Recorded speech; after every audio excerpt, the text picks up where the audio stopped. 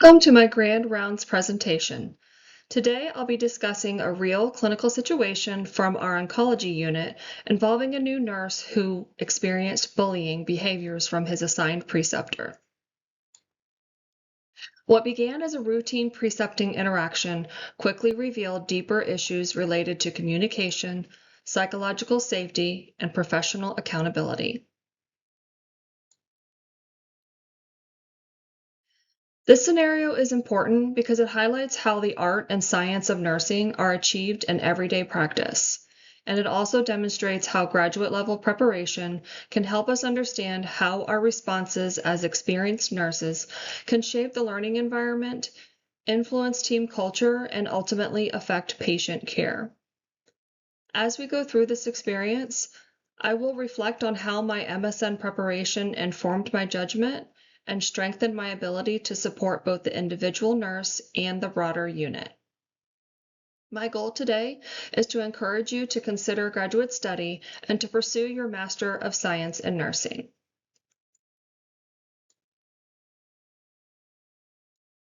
In this experience, we hired a nurse with 3 years of general nursing experience but no oncology background. His preceptor was clinically strong, but used belittling teaching methods, including pop quizzes in front of patients and dismissive comments like, "Go look in your book," if he didn't know the answer to a question. I noticed the new nurse was becoming increasingly anxious and hesitant, and the patients appeared uncomfortable as they witnessed these interactions. This raised concerns about psychological safety, learning effectiveness, and the unit's overall culture. This situation touched on some important ethical and professional expectations we have as nurses.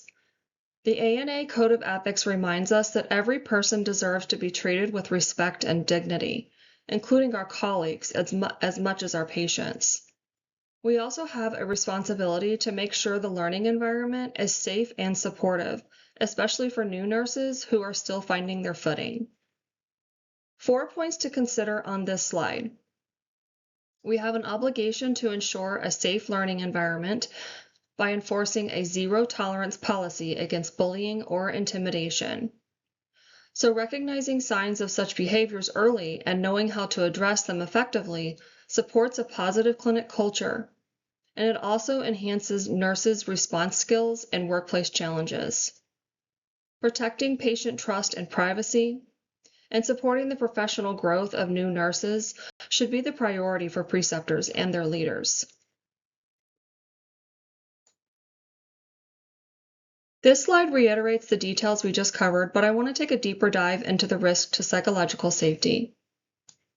When a preceptor puts a new nurse on the spot in front of patients, the atmosphere changes. You can see the new nurse tense up, and patients pick up on that energy too. It can make them wonder what's going on between the staff and whether everything is okay. This type of tension puts our professionalism into question and can undermine staff confidence. It also erodes the psychological safety we know people need to learn and build confidence. When there is a decline in the nurse's confidence, there is a slowing down of learning due to an increased fear of mistakes, and if this continues, it can lead to a retention issue. In this situation, I knew I couldn't ignore what was happening. As one of the more experienced nurses on the unit, I had an ethical responsibility to step in, support the new nurse, and help redirect a situation in a healthier direction. Making sure we uphold professional standards was the priority in this situation. Next, we will discuss the art and the science of nursing.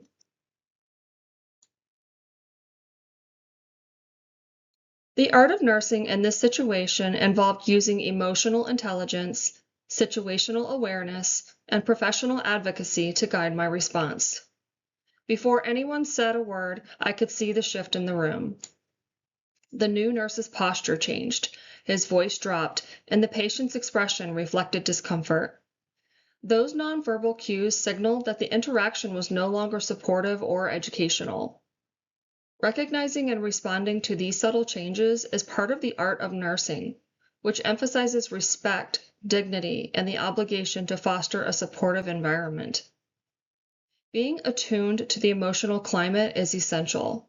Raised eyebrows, avoiding eye contact, and sudden quietness may seem minor, but together they communicate distress. These cues also affect patients, who quickly pick up on tension among staff.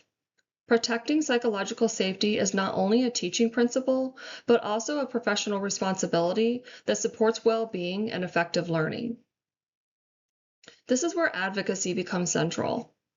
Advocacy is not always dramatic or confrontational. Often it is quiet, intentional action to preserve dignity and redirect a situation before harm occurs. Emotional intelligence enables me to balance compassion with accountability and to intervene in ways that support both the individual and the integrity of the learning environment. These skills, reading the room, protecting dignity, and responding with intention, are core elements of the art of nursing and reflect the ethical expectations outlined in our professional standards.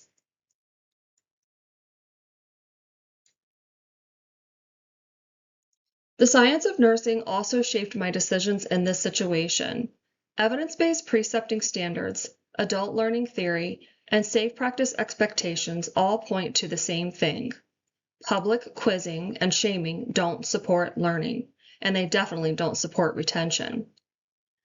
Danisco highlights that adult learners need psychological safety, clear expectations, and structured support to build competence and confidence, and that's especially true during onboarding. Adult learning principles tell us that new nurses learn best when feedback is private, respectful, and tied to real-time clinical reasoning. When feedback is delivered in front of patients, it shifts the focus from learning to performance anxiety, which slows development and can increase the risk of errors. The science of nursing also guides how I approach the situation. Instead of reacting emotionally, I used structured communication and leadership strategies, gathering information, speaking with each person individually, and addressing behavior in ways that supported accountability for the preceptor and growth for the new nurse. So in this scenario, the science of nursing meant applying what we know about how adults learn, how safe practice is supported, and how structured precepting should look. The next slide will explain more about how an MSN education can influence how I handle situations such as this scenario.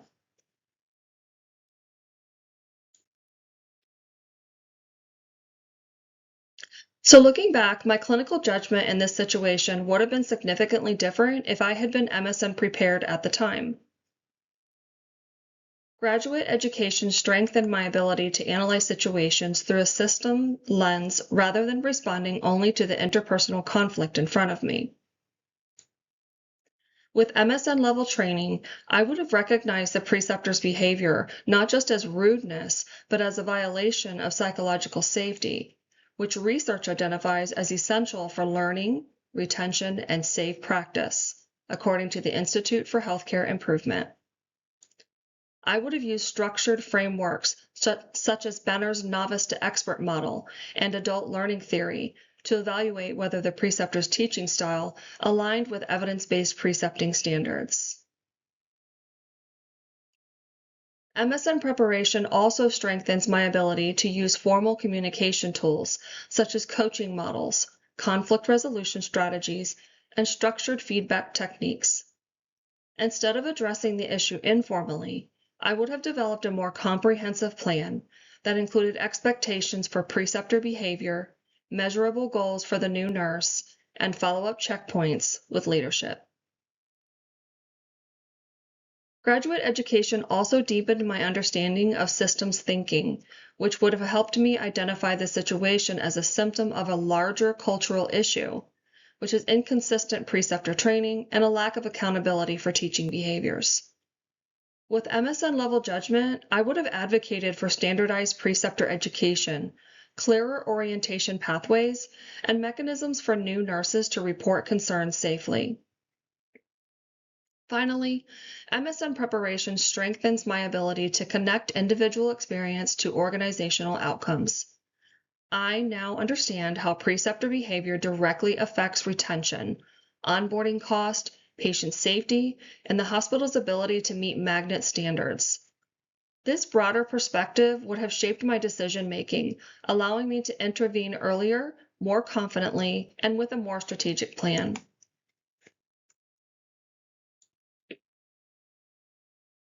In this slide, I want to share some of the resources I used to prepare this presentation for you and put into perspective where the MSN education can make a difference in your practice.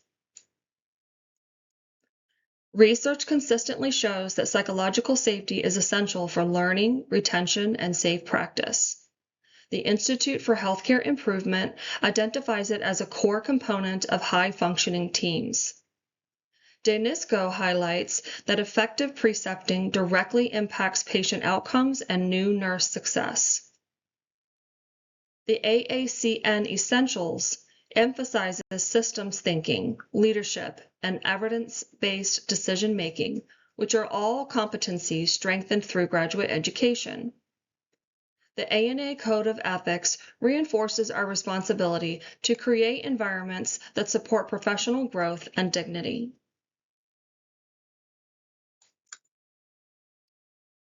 With the knowledge I have gained in graduate school, I understand that precepting isn't just about teaching skills. It's about creating an environment where someone can learn without fear. That perspective helped me talk to each person individually and really understand what was going on. Using MSN level judgment meant leaning on evidence-based leadership strategies. I didn't just react or blame this on a personality conflict. I created a plan and talked with the preceptor about her approach. I checked in with the new nurse to make sure he felt supported, and I involved the nurse manager so we could all be on the same page. Once the preceptor agreed to stop quizzing him in front of patients, you could see the relief on his face. Over time, he grew into a confident, capable oncology nurse.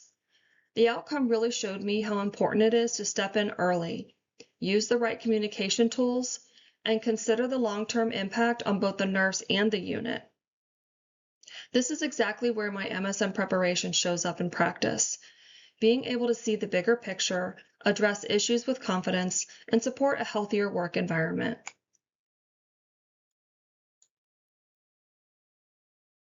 Graduate education also deepened my understanding of systems thinking, which would have helped me identify this situation as a symptom of a larger cultural issue, which is inconsistent preceptor training and lack of accountability for teaching behaviors. With MSN level judgment, I would have advocated for standardized preceptor education, clearer orientation pathways, and mechanisms for new nurses to report concerns safely. Graduate level education also reshaped my values, beliefs, and ethical approach to nursing. I developed a deeper commitment to equity and respect, not only for patients, but also for colleagues at every level. I now understand that creating a healthy work environment is an ethical obligation, not an optional leadership skill. Graduate level nursing education shaped my perspective by reinforcing the importance of advocating for healthy work environments. When a preceptor uses intimidation or public criticism, it doesn't just affect one person. It affects the entire team, the unit culture, and ultimately patient care. Provision 9 of the ANA Code of Ethics emphasizes that we have a responsibility to speak up and help create spaces where people can grow. Supporting new nurses is our ethical responsibility. They need our guidance to step into an incredibly complex role, and the way we treat them in those first few weeks and months can shape their entire career. My MSN coursework has helped me understand the influence we have in those moments and how important it is to use it wisely. Graduation education also strengthened my belief in lifelong learning. We are always growing and refining our judgment. This mindset helps me stay open, curious, and willing to adjust my approach. And finally, all of this aligns directly with the ANA Code of Ethics. Creating a respectful, supportive environment is part of our ethical foundation as nurses. When we talk about magnet status, we're really talking about an organizational commitment to professional development, evidence-based practice, and strong leadership at every level. MSN-prepared nurses play a critical role in meeting those expectations. We bring advanced clinical judgment, systems thinking, and leadership skills that directly support magnet outcomes and strengthen the overall practice environment. Graduate education also builds the competencies outlined in the AACN Essentials, which emphasizes professional accountability, high-quality care, and continuous improvement. These competencies aren't abstract. They show up in the way we communicate, the way we mentor, and the way we respond to challenges on the unit. The American Association of Colleges of Nursing notes that even a 10% increase in the number of graduate-prepared nurses can improve staff retention, enhance patient outcomes, and create a culture where new nurses can thrive. That statistic really resonates with me because my own clinical experience with the preceptor and the new nurse is a clear example of why MSN-level preparation matters. It equips us to recognize system-level issues, intervene effectively, and support a healthy professional environment. In other words, MSN nurses don't just contribute to magnet standards, we help sustain them. My MSN reinforced my belief that new nurses deserve psychologically safe learning environments. The ANA Code of Ethics emphasizes the nurse's responsibility to foster environments that support professional growth, dignity, and well-being, and this experience made it clear how essential those values are in everyday practice. I also gained a stronger appreciation for lifelong learning. I have come to understand that clinical skill alone is not enough. I need more training in leadership and communication to work at a higher level of understanding and ethical obligation. My MSN is helping me to see myself as part of a larger professional community. My decisions now reflect not only what is best for one nurse or one patient, but what supports the long-term health of the unit, the organization, and the profession. This broader ethical perspective is one of the most meaningful outcomes of graduate education. If you are considering graduate school, know that your experience already gives you a strong foundation. Graduate education expands your influence, strengthens your confidence, and equips you to handle complex situations with clarity and purpose. It opens doors to leadership, specialty roles, and professional growth. And you are not alone, because our organization is committed to supporting nurses who want to advance their education. So as we close, I want to return to why this conversation matters. It's to recognize that our influence is bigger than we think. The way we teach, communicate, and support one another directly affects the safety and well-being of our patients and our teams. And earning a graduate degree can give you more tools to achieve the best outcomes. Thank you for the work you do every day and for the commitment you bring to this profession. I hope this encourages you to keep growing, keep learning, and keep investing in yourself. Because when nurses advance, our whole organization moves forward. Thank you.